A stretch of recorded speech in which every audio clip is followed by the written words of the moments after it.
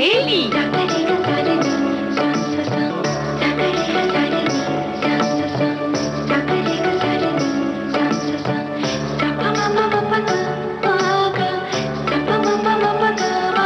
सखी सहेली।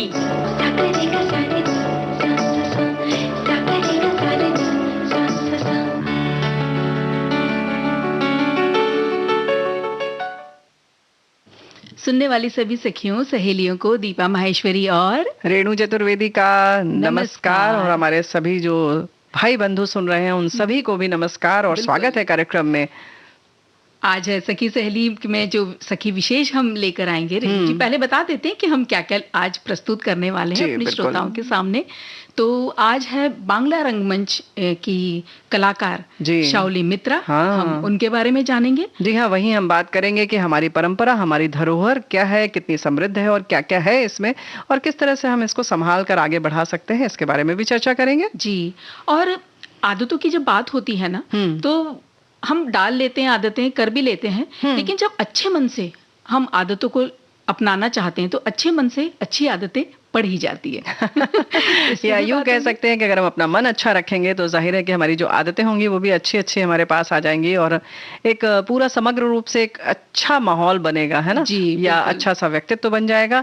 और आज शुक्रवार है तो व्यंजन विधि हम लेकर हाजिर हैं। तो हमारी बहुत सारी जो बहनें या भाई लोग हैं जो खाना पकाने में रुचि रखते हैं या थोड़ा सा जागृत हो जाएगी, वो भी कागज और कलम लेकर बैठ जाए तो हो सकता है कुछ नोट करना पड़ जाए। जी, मैं यही कहना चाह रही थी कि आज कागज और कलम जरूर लेके बैठिएगा। बहुत अच्छी सी रेसिपी बताने वाले हो। क्या बात है। तो चलिए, बहुत अच्छी सी रेसिपी की बात हो रही है। तो शाओली मित्रा का भी जो रंगमंच में योगदान है वो भी बहुत अच्छा है ना। देखिए ना, रंगमंच में जब जो कलाकार काम करते हैं, रंगकर्मी हम उन्हें कह लें, तो अभिनय से वो हर भाव व्यक्त कर देते हैं। बिल्कुल, है ना। और जो हम जिंदगी में नहीं भी बनना चाहते हैं वो सारे चरित्र रंगमंच या अभिनय के तौर पे हम सब वो अपने जी लेते हैं, एक तरह से जी लेते हैं उस चीज को, है ना। ये बात तो है। और यानी कि बहुत सारे भाव हम उसमें अभिव्यक्त कर लेते हैं, कई जिंदगियां जी लेते हैं। और ये एक तरह से जादुई दुनिया है। एक बार जो इसमें कदम रख लेता है उसके लिए जैसे कहते हैं नशा सा हो जाता है। और उसकी क्योंकि उसका जो उसके खून में ये उतर जाता है, रग रग में समा जाता है। फिर रंगमंच पे जो भी काम करते हैं वो दूर जाकर भी उनसे दूर नहीं रह पाता, है ना। ये कोई भी आपको आदत पड़ जाए कला की, लेकिन रंगमंच खास तौर से क्योंकि आप सीधे सीधे दर्शकों से जुड़ते हैं, तो फिर तो लगता है कि बस ये हों और हम हों, बस बाकी दुनिया कहीं भी जाए, है ना। क्योंकि आपको तुरंत प्रशंसा मिलती है, तुरंत सब कुछ मिल जाता है।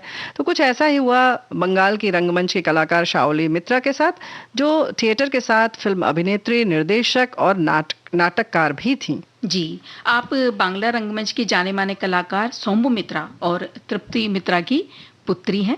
और जो पिता है सोम्बू मित्रा, ये भी बांग्ला रंगमंच के रेणु जी अग्रणी माने जाते हैं। बहुत इन्होंने रंगमंच पे, वहाँ के बांग्ला रंगमंच पे बहुत काम किया है। और माता तृप्ति मित्रा भी रंगमंच की कलाकार तो है ही, वो थी ही।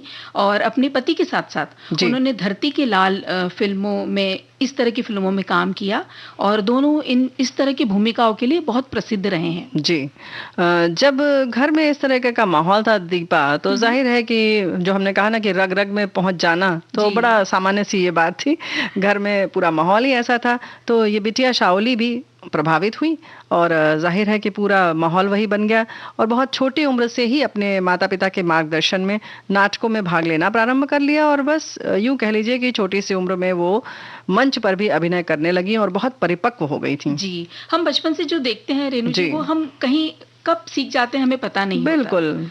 और इसी तरह से जब उन्होंने रविंद्रनाथ टैगोर द्वारा लिखित एक नाटक डाकघर में अमल नामक एक चरित्र उसमें था बच्चे का, वो निभाया, सबको लगा कि एक बाल मन की पीड़ा को शाओली जी ने कितने मार्मिक तरीके से अभिनीत किया था। मतलब बच्ची भी थी वो और एक छोटे बालक का उन्होंने उसमें किरदार निभाया था। तो साथ ही बांग्ला रंगमंच पर आपने अपने उस वक्त एहसास मतलब महसूस करा दिया कि मैं हूँ कुछ, मैं हूँ कुछ। बिल्कुल सही बात है। और आगे चलकर उनके पिता द्वारा निर्देशित नाटक पगला घोड़ा में आपके अभिनय ने इस बात को और भी पुष्ट कर दिया कि भाई बंगाल के रंगमंच पर एक प्रतिभाशाली अभिनेत्री आ गई हैं। जी, और इसके बाद अपने पिताजी द्वारा निर्देशित एक और नाटक राजा, वो भी रविंद्रनाथ टैगोर द्वारा लिखित थी। उसमें उन्होंने बहुत वाहवाही बटोरी, उनका काम बहुत सराहा गया। और ये वो वक़्त था रेणु जी, जब बांग्ला रंगमंच की दुनिया में तृप्ति मित्रा का नाम ले लीजिए, चाहे शोभा सेन, केतकी दत्त, माया घोष, किया चतुर्वेदी, ये चक्रवर्ती, ऐसे दिग्गज लोगों के अभिनय की बहुत चर्चा हुआ करती थी और उन्हीं का ही नाम हुआ करता था। यानी कि अभिनय, रंगमंच के अभिनय तो बस उन्हीं से ही सजा हुआ था। हाँ, मतलब एक समय होता है ना कि बहुत समृद्ध हो जाता है जी। रंगमंच और बड़े-बड़े कलाकार होते हैं। ज़ाहिर है कि माया घोष या किया चक्रवर्ती जैसा नाम हो, उसके बीच में इस तरह से 25 वर्षीय लड़की कहीं आए और लोगों का ध्यान खींच ले, ये बहुत बड़ी बात है बहुत ना? बड़ी बात होती है और अपने अभिनय से सबको प्रभावित तो उन्होंने किया ही, उसके साथ-साथ उन्होंने नाटक भी लिखे और उसमें काम भी किया। जैसे नाथवती अनाथाबत, ये बांग्ला रंगमंच में ये जो नाटक है वो मील का पत्थर साबित हुआ उस वक़्त। बहुत इसमें भी उन्हें बहुत प्रसिद्धि मिली और इस नाटक में इस महाभारत के चरित्रों पर ये नाटक आधारित था। तो कहते हैं कि ये नाटक के जो शो हुआ करते थे ना, वो हाउसफुल हुआ करते थे। क्या बात है! यानी कि इतना ज़्यादा आकर्षक था ये नाटक और लोगों को खींच लेता था। ये जो है नाटक हाउसफुल तो था ही, इसी तरह से एक और नाटक इन्होंने लिखा है, यानी कि यहाँ पर उनकी जो है लेखनी या यूं कहें कि उनके रंगमंच का जो भी उनका क्रियाकलाप था वो रुका नहीं। एक और नाटक कोड अमृत समन को भी आपने ही लिखा और अकेले अभिनय भी किया। इन दोनों नाटकों को पुस्तक रूप में भी प्रकाशित किया गया, जिसके लिए उन्हें आनंद पुरस्कार से सम्मानित भी किया गया। जी, और ये सम्मान तो इन्हें मिला, इसके साथ और भी कई नाटकों में उन्होंने भाग लिया और अभिनय किया। जैसे बिटाटा बिटांगशा, पुतुल खेला, एकती राजनीतिक होता, हजबारलो, लंकादान, चांडली, पाखी, जोड़ी आर एक बार और सीता कथा, जिसमें उन्होंने सीता का चरित्र निभाया था। और ऐसे ही गैलीलियो आर जीवन और फिल्म जुत्ती तक्को आर गप्पो में बोंगो बाल के चरित्र में आपने अभिनय किया, यानी कि उनका ये कैरेक्टर था जिससे बहुत बहुत तारीफ मिली। और इन्होंने इसके साथ साथ, जैसे हम बता रहे थे, कि पुस्तक भी लिखी उन्होंने। तो एक पुस्तक है 5 लॉर्ड्स, फिर भी कोई रक्षक नहीं, और दूसरी पुस्तक शब्द मधुर और कालातीत। इसके अलावा उन्होंने गोनो नाट्य, नोबो नाट्य, सौतनाट्य, ओ सोम्बु मित्रा, ये भी पुस्तकें लिखी। और जाहिर है जब इतना योगदान आपका था तो आपको पुरस्कार तो मिलना ही था।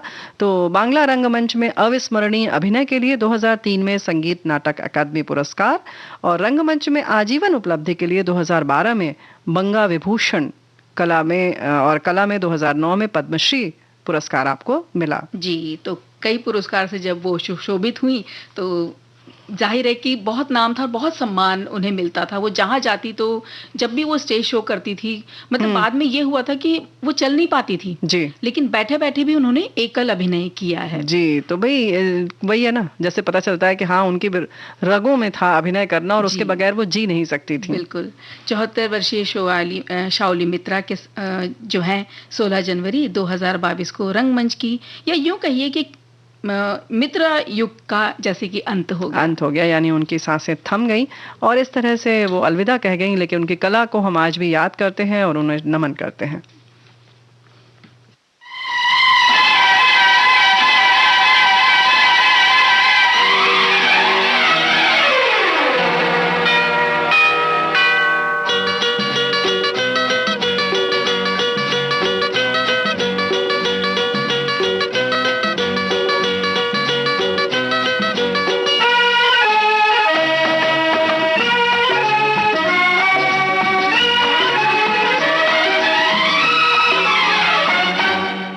एक दिन बिक जाएगा माटी के मोल, जग में रह जाएंगे प्यारे तेरे बोल। एक दिन बिक जाएगा माटी के मोल, जग में रह जाएंगे प्यारे तेरे बोल।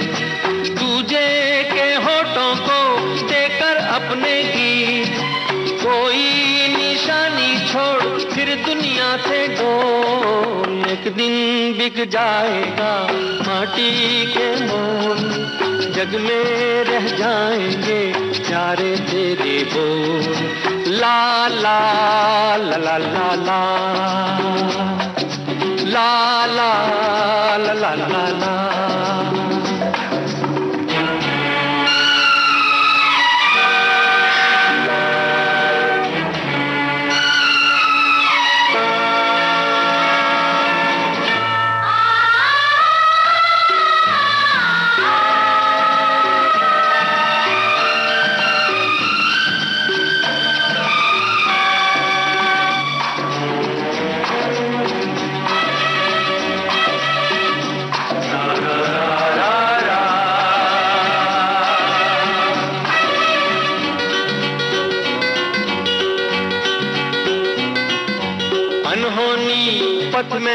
कांटे लाख बिछाए, होनी तो फिर भी बिछड़ा यार मिलाए।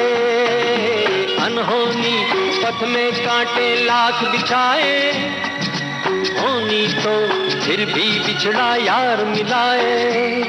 ये बिरहा ये दूरी तो पल की मजबूरी, फिर कोई दिल वाला काहे को घबराए।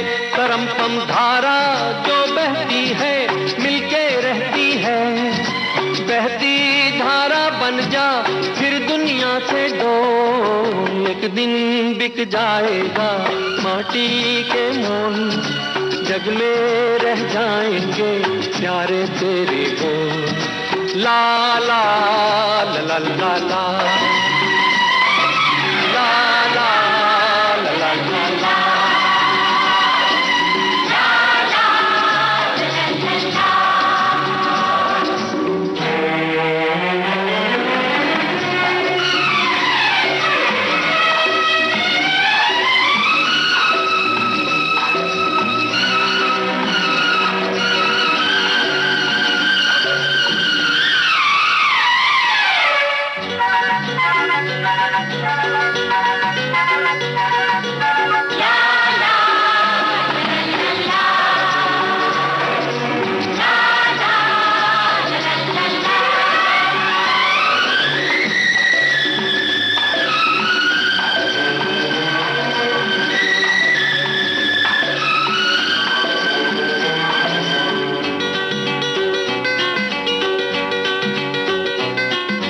पर्दे के पीछे बैठी सांवल गोरी, थाम के तेरे मेरे मन की डोरी।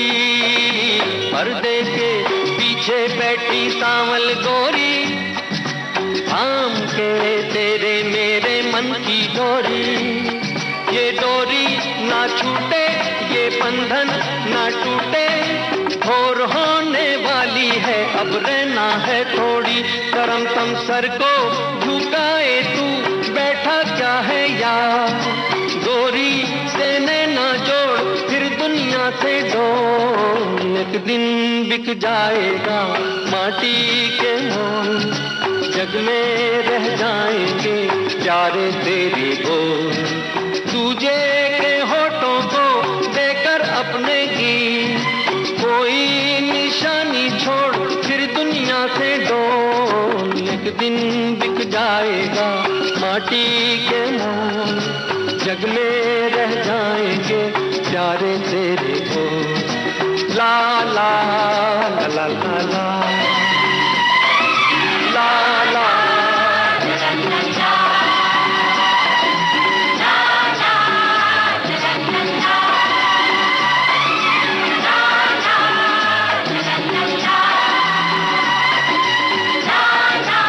कार्यक्रम में वक्त हो चला एक छोटे से अंतराल का।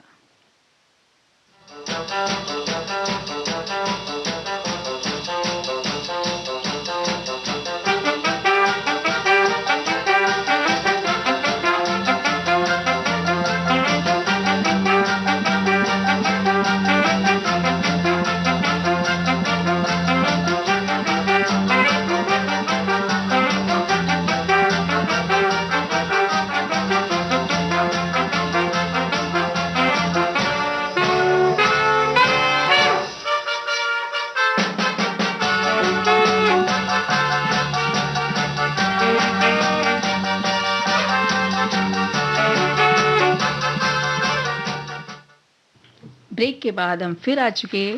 रेणु जी, आज बात करेंगे हम परंपराओं की, और परंपरा कैसे धरोहर हम उन्हें बनाएं, या हम बहुत सी चीजों को धरोहर कहते हैं ना। बिल्कुल। जैसे कि दादी की कोई साड़ी हो गई, नानी का कोई सामान हो गया, हाँ, उनको तो हम लोग बिल्कुल दिल से लगा कर रखते हैं ना। बिल्कुल, है ना।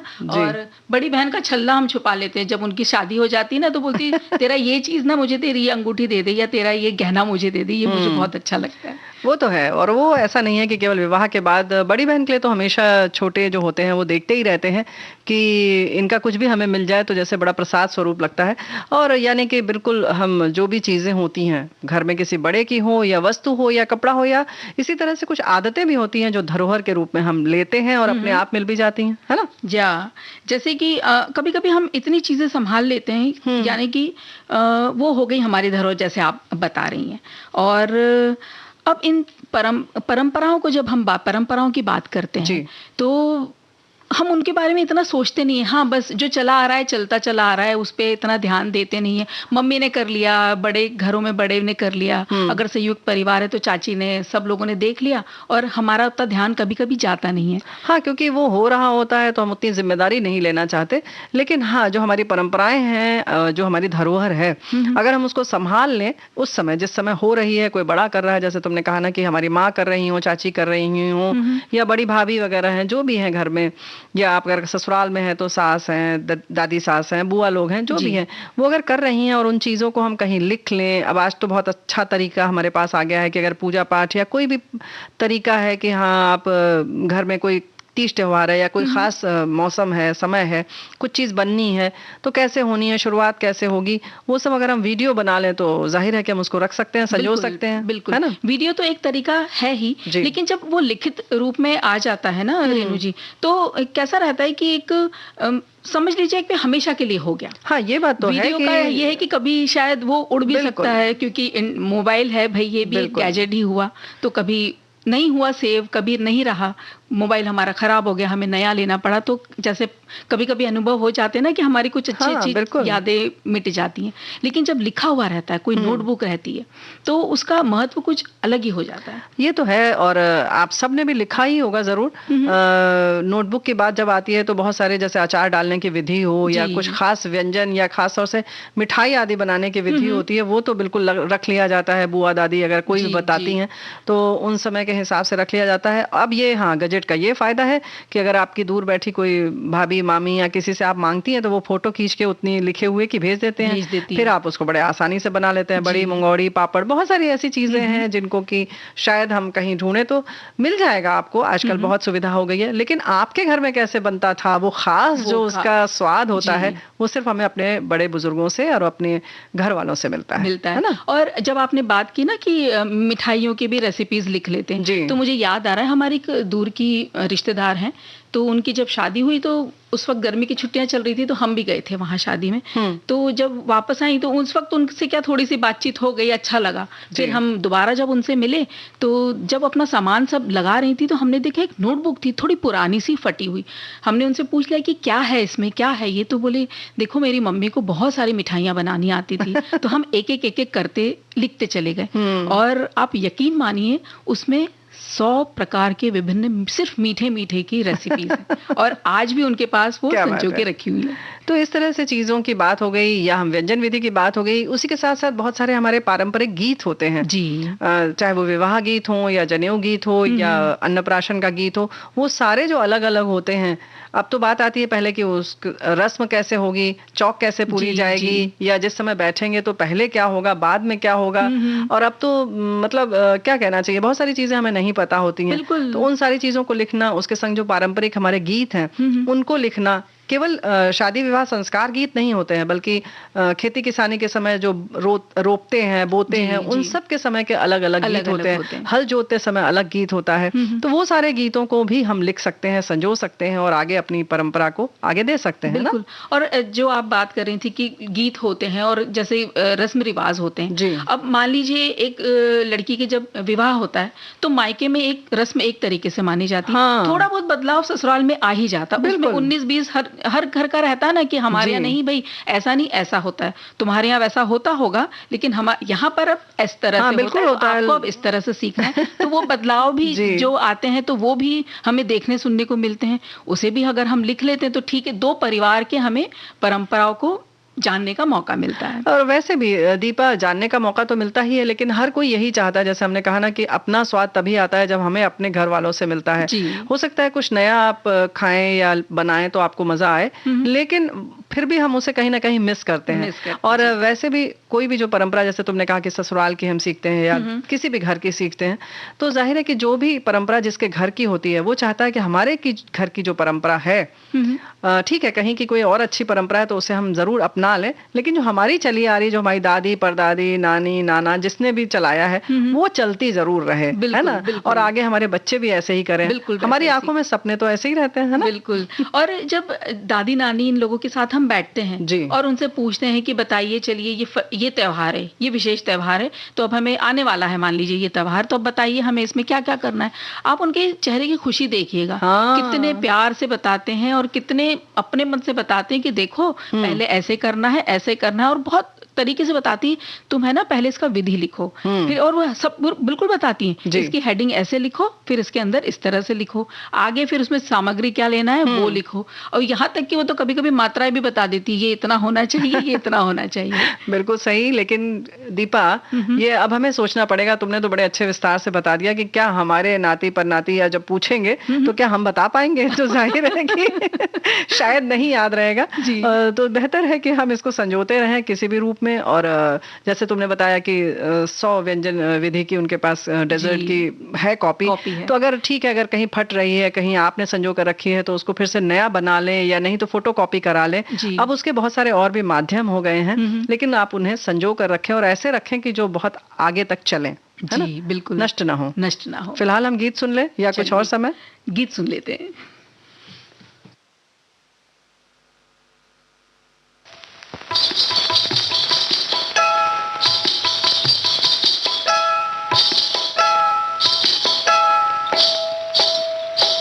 जानू जानू री काहे ठन के है तोरा कंगना, जानू जानू री काहे ठन के है तोरा कंगना, मैं भी जानू री छुप के कौन आया तोरे अंगना, अरे जानू री छुप के कौन आया तोरे अंगना, मैं भी जानू री।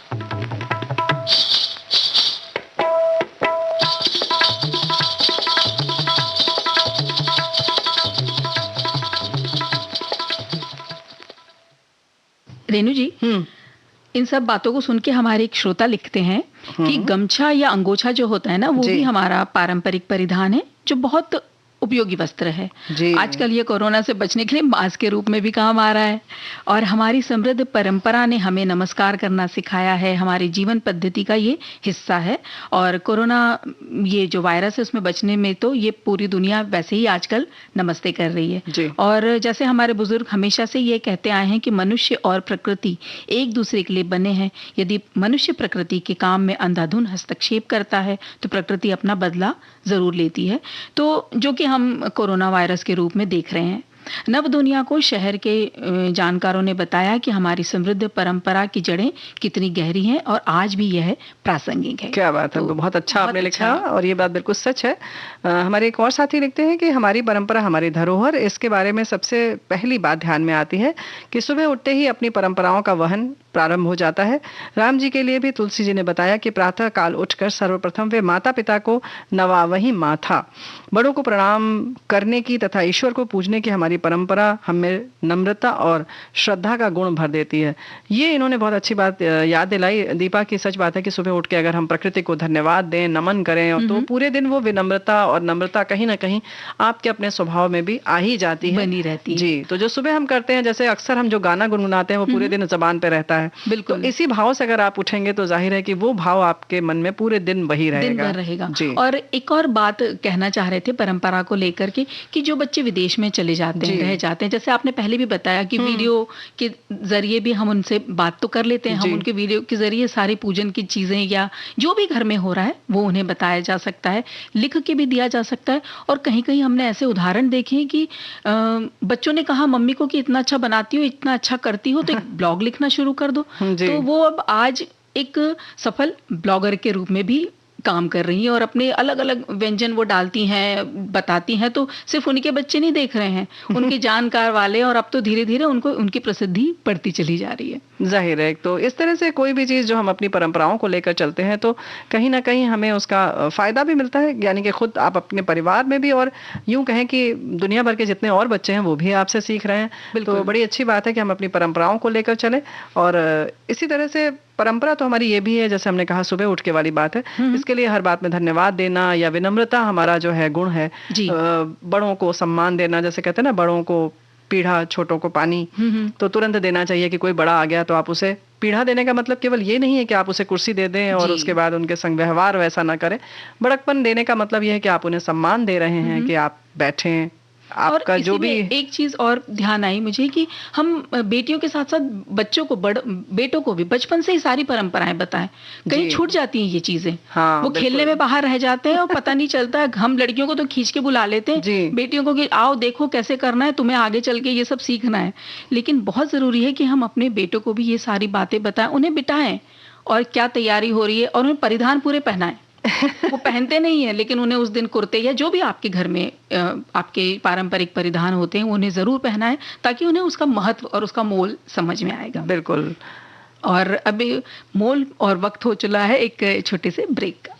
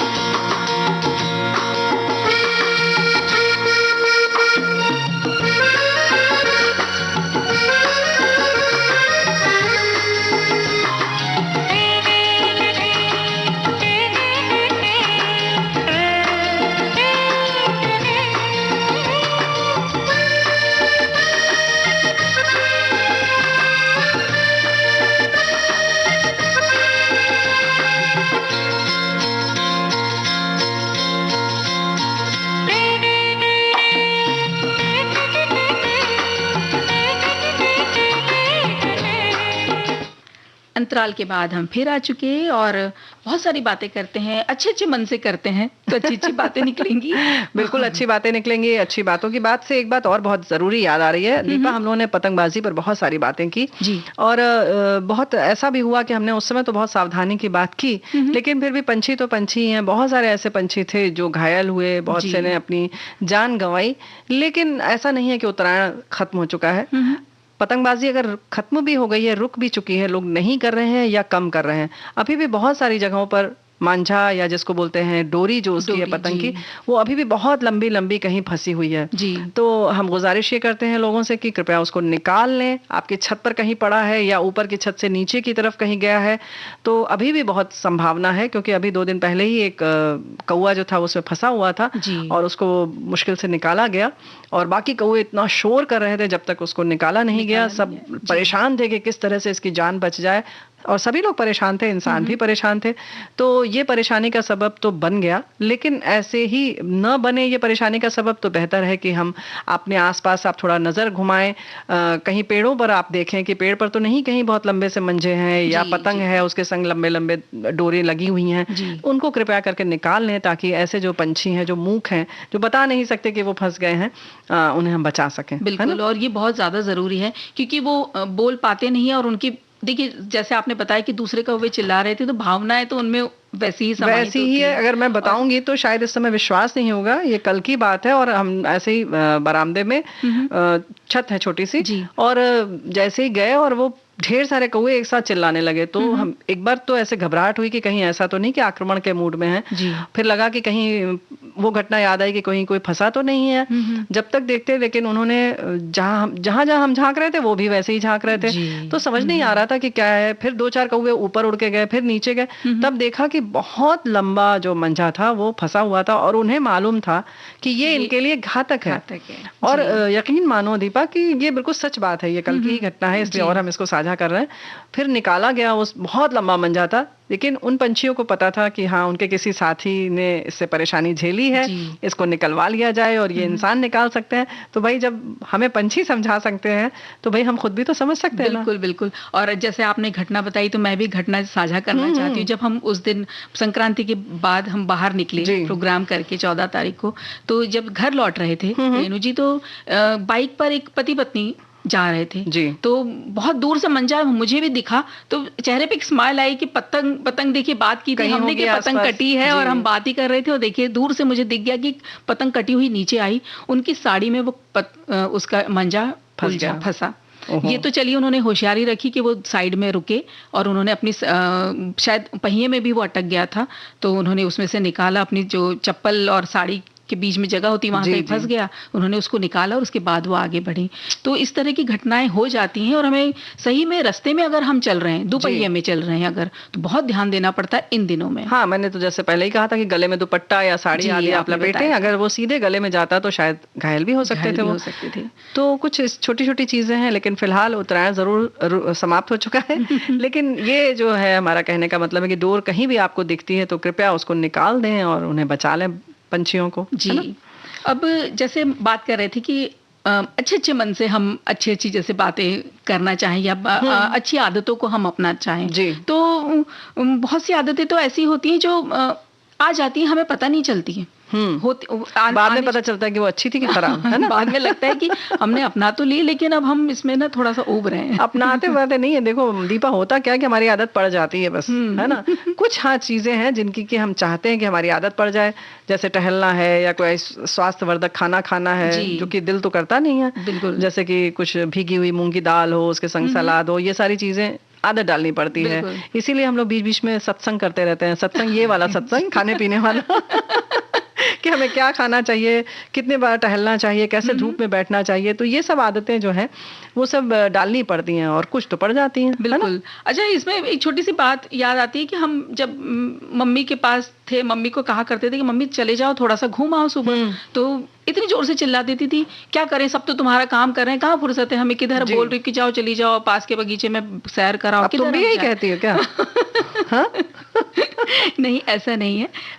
हाँ, लेकिन कभी कभी हम भी वो आलस और वो मौका ढूंढ लेते हैं कि अरे कहाँ ये रूटीन बनाएंगे, क्योंकि थोड़ा सा भी जो हमारा एक शेड्यूल जो रोजमर्रा की अपनी जिंदगी वो तो चल जाती है, सुबह उठना, घर का काम करना, या दफ्तर जा रहे हैं तो दफ्तर के लिए तैयार होना वगैरह। लेकिन उसमें से अगर थोड़ा सा भी हमने इधर उधर हेर फेर की, जैसे घर वालों ने बोला कि नहीं ध्यान रखो, तबीयत का ध्यान रखना, और अक्सर महिलाओं के साथ होता है वो ध्यान रखती नहीं है अपनी सेहत का, तो घर में सब लोग फिर उन्हें बोलते रहते हैं कि थोड़ा तो करो, कुछ तो करो, कुछ प्राणायाम करो, कुछ योगाभ्यास करो। देखो दीपा, ऐसा है ना कि घर में तो लोग कहते ही हैं, सखी सहेली कार्यक्रम में भी अभी हम लोगों ने थोड़े दिन पहले ही इस पर बात की थी ना कि भाई अपना भी ध्यान रखें, तो इस बात पर अपना ध्यान रखें, लेकिन जो आदत डालने वाली जो तुम बात कर रही हो वो तो बहुत अच्छी है कि हमारा अगर अच्छे मन से हम शुरुआत करें और उसके पहले जितने भी आयाम हैं, जो भी अच्छी चीजें हैं, उसके जो फायदे हैं उनको पहले गिन ले खूब अच्छी तरह, और मन बना लें कि अरे भाई इसके तो इतने फायदे हैं तो हमें कर लेना चाहिए, तो देखिए फिर शुरू हो जाएगा, है ना? बिल्कुल शुरू हो जाएगा। और जब कोई साथी होता है साथ में, या कोई बार बार, जैसे आप कह रहे हैं ना, परिवार में बार बार हमें डंडा मार दिया जाता है, डंडा यानी कि बार बार बोला चला जाता है करो करो करो, तो वो धीरे धीरे हमारे आदत में मतलब अपने रोजमर्रा की जिंदगी में हम उसे उतारना शुरू करने दोनों को होता है वैसे, पता है, ज्यादा कहने पर नहीं भी करता है आदमी को। ये है कि हम अगर मान लेंगे जिसको करना है, सबसे पहले उसे स्वीकार करना होगा कि हाँ मुझे करना है, क्योंकि कहने से बहुत फर्क नहीं पड़ता है जब तक कि आप खुद नहीं सोचते कि हमारे लिए ये बहुत आवश्यक है। तो पहले आप अपना मन बना लें, और जैसे अच्छा मन होगा, अच्छा मन से मतलब ये कि आप अपने पहले उसके लिए खुद के मन को तैयार कर लें कि हाँ मुझे ये करना ही है। और किसी भी आदत को डालने के लिए इस तरीके की जो हमारी दिनचर्या में बदलाव वाली जो तुम बार बार बात कर रही हो, इसके लिए आवश्यक है कि पहले हम थोड़े थोड़े से शुरुआत करें, है ना? अक्सर लोग सुनते हैं कि वो रोज 5 किलोमीटर टहलते हैं, 8 किलोमीटर टहलते हैं, तो भाई आप ऐसे ना शुरू करें, आप ये मान लें कि हाँ आप आधा किलोमीटर ही टहलेंगे या टहलेंगी, या आप जितना देख लें कि जितना आपको आज मजा आ रहा है उतने से शुरुआत कीजिए, क्योंकि फिर 4-5 दिन के बाद वो तो 8-10 किलोमीटर सब चले जाने वाले नहीं, फिर वो 8 से फिर 0 ही होता है सीधा, है ना? और जब आप 1 से शुरू करते हैं तो 8 तक पहुंच सकते हैं। यानी कि जो भी काम करे वो इस तरह से करे कि वो बिल्कुल आसान ही लगे और वो बहुत अच्छे से समाहित हो जाए हमारे आदतों में जी। और फिर जैसे इस तरह से एक और उदाहरण हो गया कि भाई आपने सोचा कि मुझे तो अभी बहुत हेल्दी खाना बनाना है, अच्छा बिल्कुल पौष्टिक खाना बनाना है, तो ये अचानक से बीच में आते हैं थोड़े बहुत अच्छे तरीके दौरे आते हैं कि नहीं मुझे तो बहुत अच्छा सा बनाऊंगी और सबको बिल्कुल हेल्दी खाना खिलाऊंगी। तो हर भोजन को आप बनाने की कोशिश ना करें, जैसे नाश्ता थोड़ा सा बदल लिया, या आप दिन का खाना या रात का खाना को एक टाइम का बदल लीजिए। एक साथ सब करने जाएंगे तो फिर यही होगा कि बस 4 दिन में बोलेंगे बस बहुत हो गया, मेरे सारे शौक पूरे हो गए। हाँ, और घर वाले भी कहेंगे कि बस करो, अपना ये सब जो है ना प्रवचन अपने एक तरफ रख लो। तो सच बात तुमने ठीक कहा कि एक समय से शुरू करें, जो भी आप निश्चित कर लें, या जो भी आपका है व्यंजन उसमें एक और ऐड कर लें। पहले तो शुरुआत कुछ ऐसे करें कि जो आप रूटीन में खाते थे उसको भी बना दें, और थोड़ा थोड़ा दोनों चीज लोग शुरू करें, और फिर जो है आप पुरानी चीजों को छोड़ दें और नया शुरू कर लेंगे। तो कुछ इस तरह से शुरू करें तो ज्यादा अच्छा रहेगा। और ये बदलाव को थोड़ा धीरे धीरे करें, जैसे आप बता रही ना कि थोड़ा जैसे 8-10 किलोमीटर के बदले में भाई आप 1 किलोमीटर या आधा किलोमीटर ही चलें, तो धीरे धीरे करेंगे तो जरूरी है कि भाई ये हड़बड़ाहट ना करके आप इसको आदत में लेकर आ सकते हैं। जी। और इसके लिए एक बात और है कि लोगों की टिप्पणियां तो बहुत आती हैं जब आप कोई भी चीज शुरू करते हैं या कुछ भी है, तो उसको आप थोड़ा नजरअंदाज करना भी सीख लें। कोई भी उसके लिए आप अपना मन खुश रखें कि भाई ठीक है, कोई बात नहीं, आप अपना जो है विचार बिल्कुल सही है, उसका भी स्वागत करें, लेकिन जो आपने विचार बनाया है, जो भी सोच के आपने बनाया है, जाहिर है कि आपने बहुत जो आदत हम लोगों ने जैसे कहा ना कि जो पड़ जाती है वो तो पड़ जाती है, लेकिन जब हम कोई चीज शुरू करते हैं तो जाहिर है कि वो हमारे लिए जरूर फायदेमंद होगी। बिल्कुल। तो पहले तो आप ये निश्चित कर लीजिए कि ये आपके लिए फायदेमंद है। फिर ऐसे में जब लोग अगर कोई टिप्पणी कर रहे हैं या कोई कुछ कह रहा है, अरे 4 दिन का है छोड़ दो ये सब, तो फिर उसको आप नजरअंदाज कर दें तो ज्यादा बेहतर है ना? और बहुत ज्यादा खुश भी ना हो जाए कि क्योंकि बाद में लगता है ना कि, या फिर कभी कभी हम नेगेटिव हो जाते हैं कि चलो कर रहे हैं, देखो अब हमारा कितने दिन तक चलेगा, ऐसा भी हो जाता है। तो ऐसा ना हो। आप जैसे बात कर रही हैं कि भाई हाँ थोड़ा थोड़ा करके करती रहें, तो जब ये छोटे से आपके सफल पथ पे जब आप आगे बढ़ेंगे, आपके कदम होंगे, तो एक नए आत्मविश्वास के साथ आप अपने आप को पाएंगे। बिल्कुल सही कहा तुमने। तो इन सब चीजों पर बात हम करते रहेंगे और कुछ खाने की चीजें भी बताएंगे, तो एक गीत भी सुनते चलें। जी चलिए।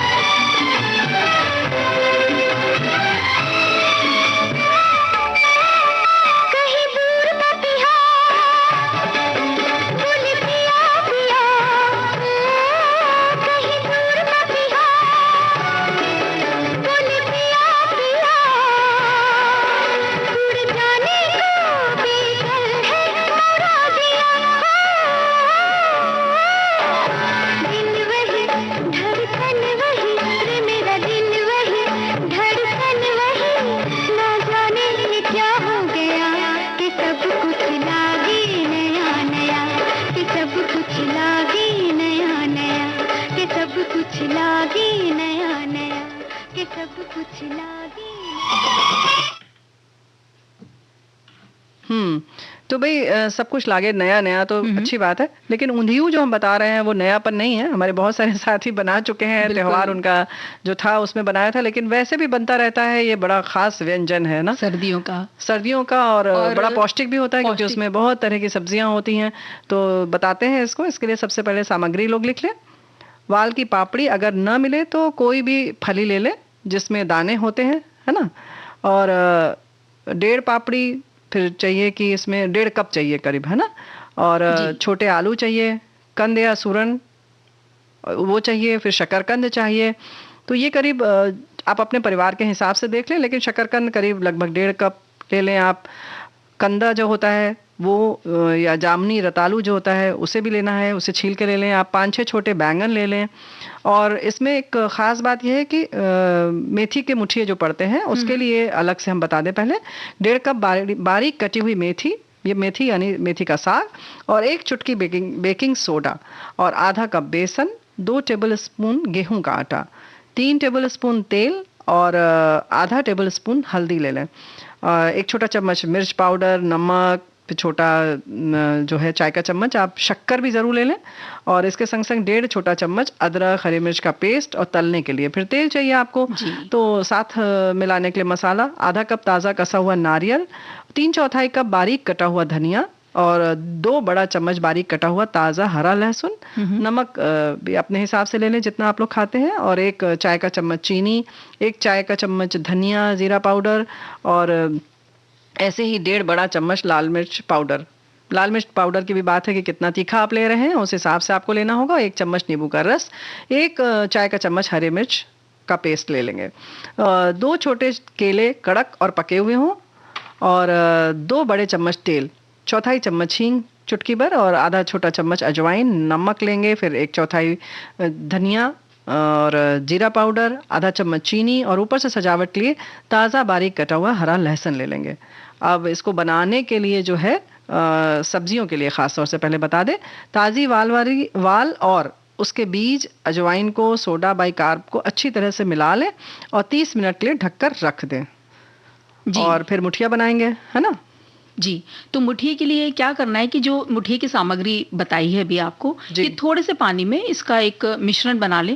थोड़ा सा ये चिकना रहता है रेनू जी, क्योंकि इसके मुठिए भी बनाने, और साथ में इसमें से ये भी ध्यान रखना है कि मुठिए के साथ साथ थोड़ा सा अलग रखिएगा, क्योंकि वो भरावन के भी काम आएगा। जी। तो अब जैसे अब आप इसमें जब अच्छे से इसको मिला लिया तो इसमें 10 बराबर भागों में बांट करके, और अपनी हथेली और उंगली से थोड़ा सा बेल के अंडाकार इसका जैसा चाहें आप वैसा इसको आकार दे सकते हैं। गोल दे दीजिए, छोटा छोटा दे दीजिए, जैसा पसंद करते हैं घर में वैसा। अब एक कढ़ाई में तेल गरम करें और थोड़े थोड़े मुठिया डालकर मध्यम आंच पर उनके सभी तरफ से सुनहरा होने तक इसको आप फ्राई कर लें, यानी तल लें।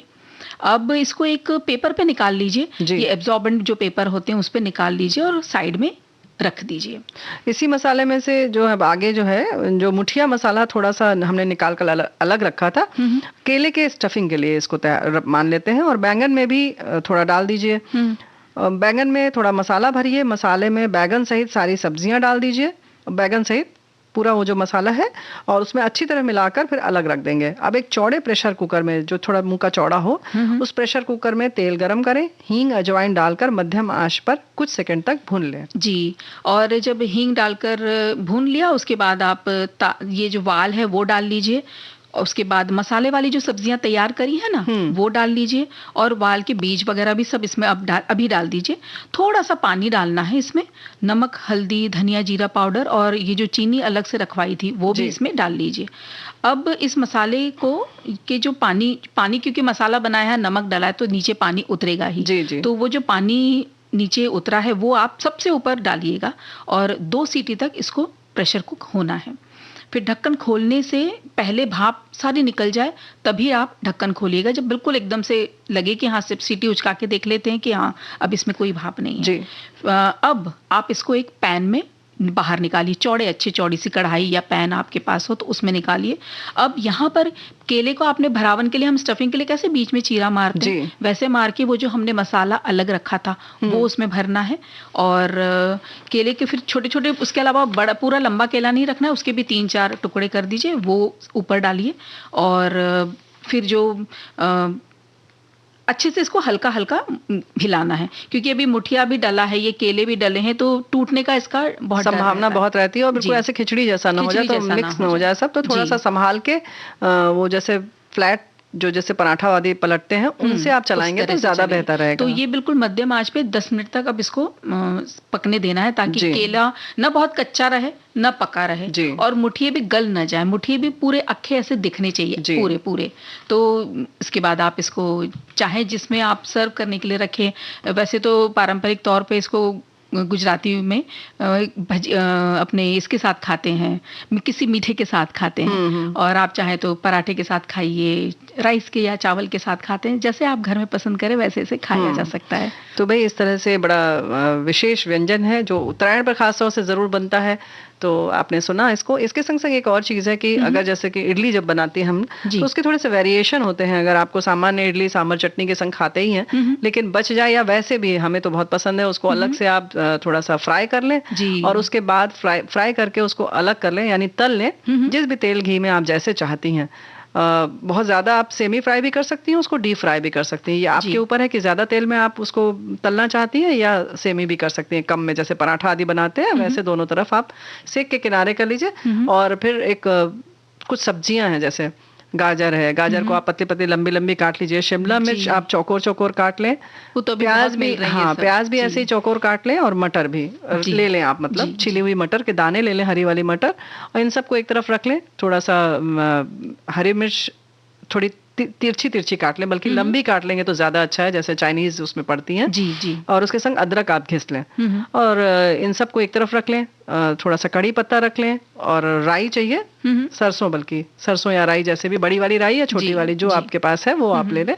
और उसके संग संग सफेद तिल भी आप रखेंगे तो बहुत अच्छा रहेगा। तो उसके बाद एक चौड़े पैन में आप उसके बाद एक तेल डाल लें। उसके तेल डालते ही आप उसमें राई डालेंगी, कड़ी पत्ता डालिए, अदरक डाल दीजिए, हरी मिर्च डाल दीजिए, और थोड़ी सी हींग डाल दीजिए। उसके बाद सफ़ेद तिल डाल के, और उसके बाद प्याज डाल दीजिए, और उसके बाद थोड़ा सा बस सौते करेंगे आप, थोड़ा सा बस 2-4 बार ऐसे, मतलब 1 मिनट के लिए उसको पकाएंगे। उसके बाद उसी में शिमला मिर्च और ये सब सब्जियां भी डाल दीजिए, गाजर है, मटर है, जो भी है, और उसको खुला पकाती रहिए आप, और नमक डाल दीजिए।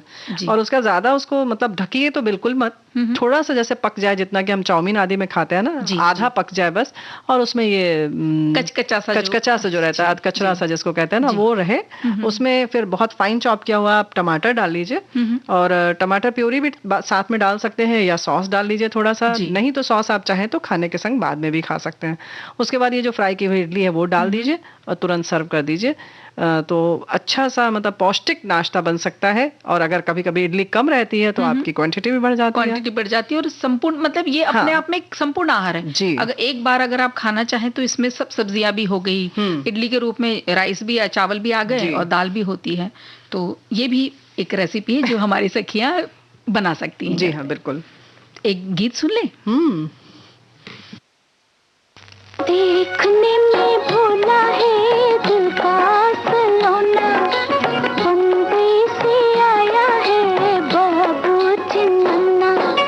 देखने में भोला है दिल का सलोना, बम्बई से आया है बाबू चिन्ना।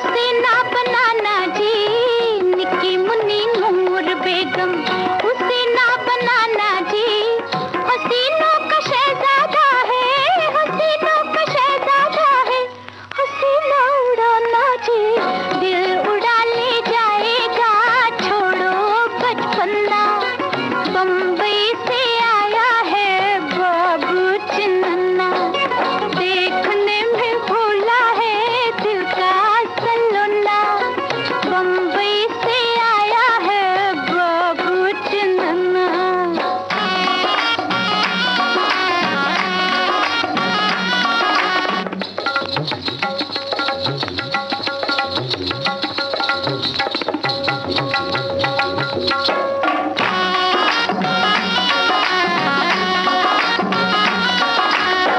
सुनो मगर शहजादे जी कहीं भूल मत जाना, सुनो मगर शहजादे जी कहीं भूल मत जाना, बुरी है ये नैनों वाली, बुरी है ये नैनों वाली, बनाती है दीवाना, गाँव है ये परियों का दिल को बचाना, बम्बई से आया है बाबू चिन्नन्ना, देखने में भोला है दिल का सलोना, बम्बई से आया है बाबू चिन्नन्ना।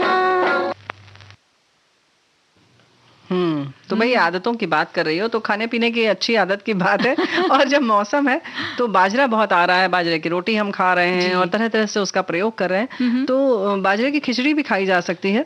और इसके लिए सामान्य हम चावल दाल तो लेंगे ही, लेकिन 1 कप बाजरा भी लेंगे। बाजरा 2-3 घंटे तक भिगो लें और फिर इसे छन्नी से छान लें जिससे पूरा पानी निकल जाए। और 1 बड़ा चम्मच चावल और मूंग की दाल उतनी ही लें, यानी 1 बड़ा चम्मच चावल और 1 चम्मच मूंग की दाल, जिस चम्मच से आपने चावल लिया है। बाजरे के साथ साथ चावल और मूंग की दाल लेने से बाजरा बहुत अच्छा मिक्स हो जाता है और स्वाद भी अच्छा आ जाता है, नहीं तो बाजरा जो है बहुत सूखा सूखा लगता है। नमक अपने हिसाब से ले लें, थोड़ा सा हींग और घी, वो भी अपनी ज़रूरत के हिसाब से। अब बाजरे को पहले कूटना होगा, इमाम दस्ते में भी आप कर सकते हैं, यानी खलबट्टे में, और मिक्सर में भी डाल के कर सकते हैं। और मिक्सर में से जब आप निकालें तो देख लें कि इसका छिलका तो ऊपर आ ही जाएगा, तो उसको फटक लें, यानी जो भूसी जैसी है उसको आप हटा भी सकते हैं और नहीं तो आप उसका इस्तेमाल भी कर सकते हैं। और फिर इस तरह से अगर लगता है आपको कि बाजरे में पहले की पानी है तो मिक्सर में डालने से पहले कपड़े में फैलाकर सुखा लें। और फिर उसके बाद क्या करें, दाल चावल को भी भिगा दें और 1 कुकर में बाजरे से 6 गुना पानी ले लें और उबाल लें। अब बाजरा इसमें पहले पानी उबाल लेंगे, फिर उसमें बाजरा डालेंगे और भिगोए हुए दाल और चावल भी डाल दें। जितना ये मिक्स तैयार हुआ है उस हिसाब से नमक और हींग डाल दें। 6 सीटी बजने तक इसे पकाना है क्योंकि बाजरा थोड़ा समय लेता है। इसमें आप चाहें तो फिर जैसे आजकल हरी मटर आ रही है या गाजर है, ये सब भी आप डाल के कर इसको और पौष्टिक और स्वादिष्ट बना सकते हैं। इन सारी चीज़ों के लिए थोड़ा सा वही है कि फिर थोड़ा सा आप मिक्सचर कर लीजिए, थोड़ा सा उसको पहले से पका लें, सेमी फ्राई कर लें, तो थोड़ा सा आपको स्वाद बढ़ जाएगा। और हम लोग तो भाई स्वाद का भी ख्याल रखते हैं और स्वास्थ्य का भी, तो आप कुछ भी इसमें कर सकते हैं, वेरिएशन, है ना। तो ये तो बाजरे की भी बात हो गई, ऊंधियों में इतनी सारी हमने सब्जियां खा ली जी। अब हमारे श्रोता कहेंगे मीठा कहाँ है, तो मीठा भी खिला दो। तो ये एक नाम थोड़ा सा अलग है कि इसे ये स्ट्रॉबेरी चॉकलेट सॉन्डे बोलते हैं, लेकिन बच्चों को बहुत पसंद आता है घर में। अच्छा। बड़े खाते हैं तो फिर उन्हें भी बहुत पसंद आता है। तो इसमें कुछ लेयर होती हैं जी। तो जैसे पहले बिस्किट की लेयर बनाई जाती है, तो 1 कप मोटे कुटे हुए वो जो गोल मारी डाइजेस्टिव बिस्किट आते हैं ना, वो ले लीजिए, उसका एक लेयर बनाना है। 4 टेबलस्पून पिघला हुआ मक्खन लेना है जी। फिर चॉकलेट सॉस के लिए 3/4 कप मोटे तौर पे कटा हुआ या डार्क चॉकलेट लेना है, या फिर आप चाहें तो नहीं हो तो दूध भी ले सकते हैं। और कुछ और सामग्री है खास तौर पे, जैसे स्ट्रॉबेरी की स्लाइस लेनी है तो वो 3/4 कप ले लीजिए। 3 स्कूप वनीला आइसक्रीम लेना है जी। और 1.5 टेबलस्पून बारीक कटे हुए बादाम ऊपर से गार्निश सजाने के लिए।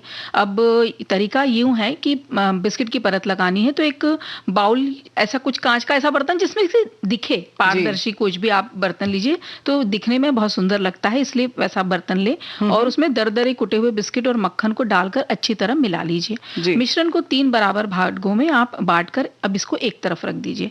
चॉकलेट सॉस के लिए मिल्क चॉकलेट जो आती है, 2-3 तरह की वैरायटी होती है, तो मिल्क चॉकलेट और दूध को माइक्रोवेव में थोड़ा एक सेफ बाउल में डालकर इसको पिघला लेना है जी। और अच्छी तरह मिला लिए। इसको भी आप अब अलग रख दीजिए। फिर अब आगे कैसे करना है कि एक ग्लास लें, बिस्किट मिश्रण का एक भाग उसमें डालें, उसके ऊपर आप स्ट्रॉबेरी की स्लाइस डाल दें कुछ, जी। और 1 टेबलस्पून चॉकलेट का सॉस डाल दें। फिर 1 स्कूप वेनिला आइसक्रीम डालिए, 1.5 टेबलस्पून चॉकलेट सॉस, और आखिरी में जो है आप ऊपर से ये जो बादाम छोटे छोटे कटे हुए रहेंगे तो उसको आप ऊपर से बुरक दीजिए। तो इसको हाँ ग्लास में अगर आप डालेंगे तो कांच की ग्लास में, तो वो आपको लेयर पूरी एक एक चीजों की दिखेगी। बहुत सुंदर लगेगा। बिल्कुल। और खाने में भी स्वादिष्ट लगेगा। जैसी जैसी चीजें पड़ी हैं उस हिसाब से तो बहुत अच्छा लगेगा। बिल्कुल। और क्या बता सकते हैं आपको, और कोई ऐसे रेसिपी कि जिसमें कि हम जल्दी जल्दी, जैसे झटपट नहीं लगता कभी कि फटाफट जैसे बन जाए। अचानक कोई आ रहे हैं, आपको लग रहा है कि कोई आ रहा है, तो आप घर में अगर आपके पास नारियल का सूखा बुरादा है तो उसको पहले तो माइक्रोवेव में आप उसको जल्दी से हल्का गर्म कर लीजिए। अच्छा। और बाहर आप गैस पे जल्दी से दूध आप उसको गर्म कर लीजिए। हाँ। दोनों को बाहर कढ़ाई में लेके फटाफट थोड़ी, क्योंकि आने वाले हैं कोई, तो आप जल्दी से उसको थोड़ा दूध कम डालिएगा और भून लीजिए अच्छे से। और साथ ही में इस वक्त क्योंकि जल्दी है तो शक्कर डाल दीजिए। अच्छा। तो ये दूध पी लेता है, वो सूखा जो नारियल है वो दूध पी लेता है, सूख लेता है। और इसमें घर में अगर उस वक्त गाढ़ा वो जो मिल्क मेड है वो हो तो आप वो भी डाल सकते हैं। तो भाई बहुत जल्दी बना सकते हैं इसके। जी। तो बातें तो बहुत होती रही है, बातें तो रुकेंगी नहीं, लेकिन अभी वक्त हो चला है कि हम कहें आपको नमस्कार। नमस्कार।